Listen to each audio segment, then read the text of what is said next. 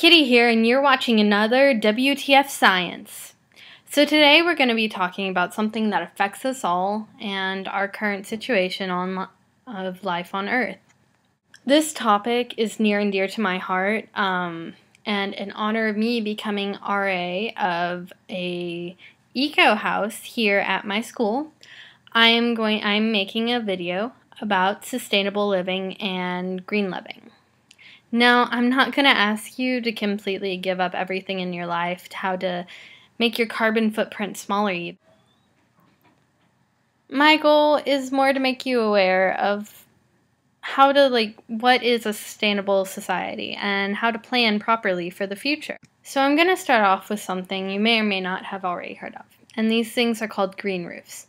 Now, green roofs are roofs that have plant life on them, and these plants are actually they're there to retain some water, and this is good because it prevents a certain amount of runoff.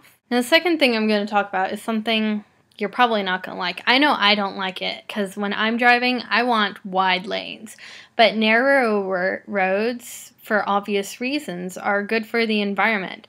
Now, not only does it take away from land we're developing, but narrower roads also prevents, it makes less impervious surface. What impervious surface is basically what it sounds like. It's surfaces that water cannot get through. So like concrete and cement, those are impervious.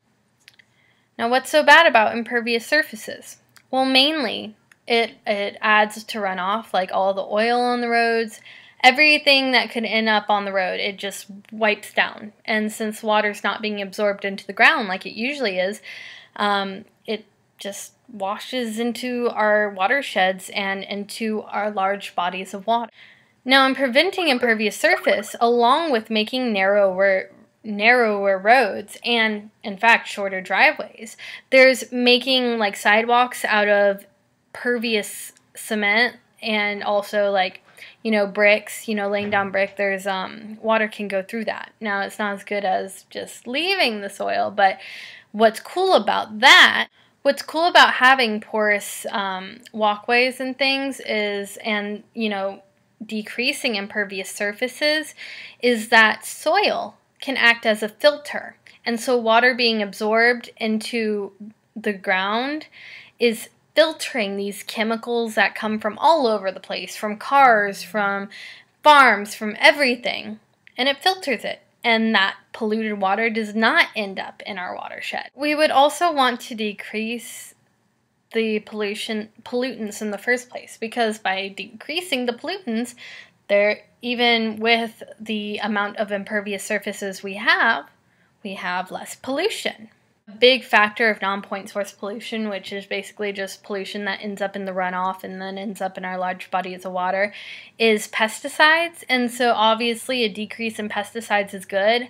Now, I understand that that is not necessarily a favorable route to go down, but promoting organic growing would actually make growing organic cheaper. So by buying more organic food, we make organic living cheaper and less pesticides we need. Specific types of gardens with specific types of plants in your yard, that can promote non-point source pollution going away. So if you just look into planting even, you can make a difference. You can make a difference by planting a garden. It's not that hard. You can also make a difference that when you're, say, looking for a new house, finding shorter driveways, shared driveways.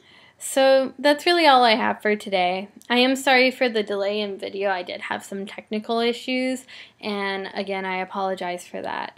Additionally, you should totally check out my friend Grindel's blog if you haven't already, and please stay tuned for another video. So until next time, Kitty out.